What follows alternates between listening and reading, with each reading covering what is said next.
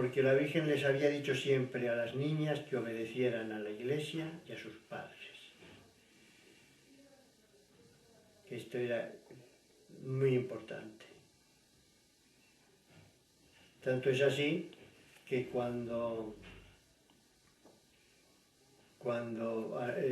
Jacinta tuvo una época en que no veía a la Virgen, en cambio la veían las otras, era porque había tenido un acto de desobediencia con sus padres. Había desobedecido a sus padres. Entonces la Virgen no se le apareció. Y estaba muy triste. Y su padre me contaba, el bueno de Simón me contaba cómo su hija la veía que adelgazaba por días, que le faltaba algo importante a ella. El no ver a la Virgen la tenía pues debilitada. Porque no cabe duda que cuando veían a la Virgen estaban en un estado de felicidad natural. Tenían muy buen apetito, dormían estupendamente, a pesar de esos éxtasis prolongados de varias horas, incluso hasta 7 horas de rodillas sobre el suelo, que a ellas se les hacía un minutín. Pero si has estado solo un minutín y ya te vas, ha estado la Virgen con ellas a lo mejor hasta 7 horas, de rodillas en los pedregales, porque aquí todo era pedregal. No está asfaltado como ahora, era todo pedregal. Y cómo caían en éxtasis sobre las piedras. Era instantáneo. Dicen que hasta no se podía tomar el momento en que las niñas caían de rodillas. Luego no tenían nada en las rodillas. Ninguna señal. Son cosas realmente que dice uno, ¿esto cómo se puede explicar? O es de Dios o es del demonio. Del demonio no puede ser. Y yo puedo decir una razón que a mí me da mucha devoción cuando pienso en estas apariciones. Que la firma, la rúbrica de las apariciones de Garabandal fue el mensaje que dio Conchita el 18 de julio de 1965. La última frase, que es la rúbrica, como digo, es pensad en la pasión de Jesús. Esto no lo puede decir el demonio, porque si mal no recuerdo, en el Evangelio hay un pasaje muy bonito, después que bajan los apóstoles con Jesús de la transfiguración, en que el Señor les habla de lo que va a padecer. Y San Pedro le quiere, le dice, no, Señor, olvídate de eso, no, de eso nada, de eso nada. Y el Señor le llama Satanás, porque no quiere que piense en la pasión. Luego, Garabandal, donde dicen que pensemos en la pasión, es verdad. Y es la rúbrica. Y luego también, Jaime, lo de la Eucaristía tan importante en estas apariciones y en los mensajes, ¿no es cierto? Así se está cumpliendo. A la Eucaristía se le da cada día menos importancia. Todo, lo vemos todos. Es muy corriente. Cada vez menos importancia a la Eucaristía. En las misas, en las comuniones. Han quitado todo, están desapareciendo todo lo que había, no digo ya el velo del sagrario, la devoción, la comunión que se hacía, no digo antes de rodillas, pero sobre todo ya hasta en la consagración la gente no, es corriente que la gente no se arrodille. Y uno pregunta, ¿por qué no se arrodilla?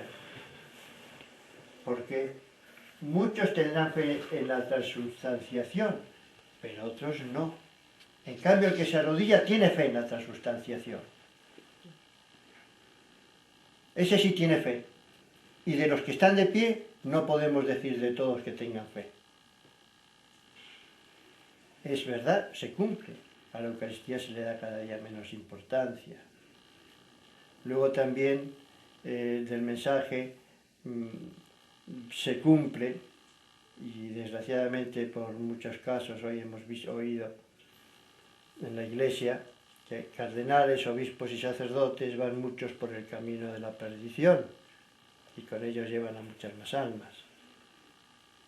Es la verdad. Está cumpliendo totalmente y esto. El padre Rodrigo, jesuita, profesor de comillas, me decía, era un padre benemérito. Era, según el padre Jorge Loring, conocido por el libro famoso Para Salvarte,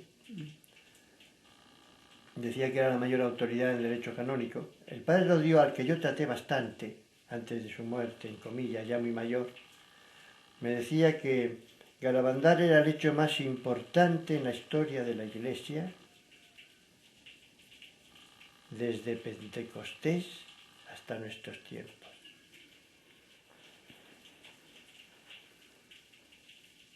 Palabras que dichas por cualquiera pues no tienen valor, pero dichas por el padre Lucio Rodrigo tienen mucho valor.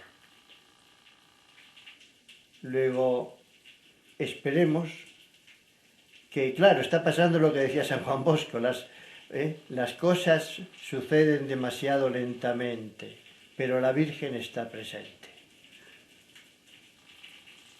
Y se nota, don Jaime, porque es como que, bueno, por un lado estamos llenos de advertencias y de amonestaciones, por así decirlo, de la Virgen en muchas apariciones, pero por otro lado se nota que la Virgen también está como llevando hacia ella, hacia Jesús, a mucha gente en todos esos llamados. Claro, quizás los menos, ¿no es cierto? ¿No? Quizás, no sé, aquí en España, ya en Argentina se ve mucho eso. Aquí en España la fe pareciera que está un poquito más apagada, ¿no es cierto? Exactamente. Hay como una especie de apostasía en España.